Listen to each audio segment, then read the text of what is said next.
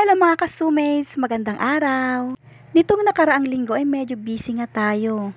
At hindi na nga din tayo nakapag-upload ng ating update dito sa ating page. Kaya ngayon ay samahan nyo akong manahi. Wala na tayong ibang gagawin dito kundi manahin na lang, kaya wag kayong magsasawa ha. Kaya ngayon samahan nyo akong magtahi ng kortina. Non-ring curtain nga itong order sa atin ngayon. Ang fabric na ginamit natin dito ay combination ng Creton at saka Katrina. Aesthetic nga daw yung tawag nila sa kulay na ito, yung combination ng brown at dirty white. 12 pieces nga na 6 feet ang ating ginawa na kortina.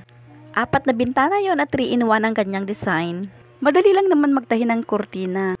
Pag nakuha mo na yung sukat ay tahiin mo lang naman ang gilid-gilid niya, tapos maglagay ka lang ng paglagyan ng curtain rod at yun, tapos na. Para sa akin, ang pinakamahirap lang na part ay sa part ng pagsusukat at saka sa pag-cut.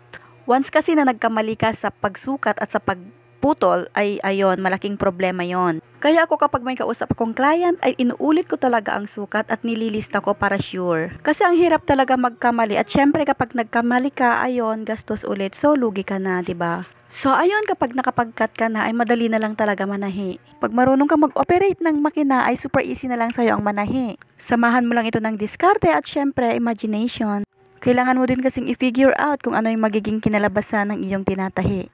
So at this point ay tapos na ang ating dinatahi at ready for fitting na. So dito ay sinubukan ko yung combination ng dirty white, brown at saka dirty white. Pero ang original na order ay brown, dirty white, saka brown. And that's it. Hanggang dito na lamang. Salamat!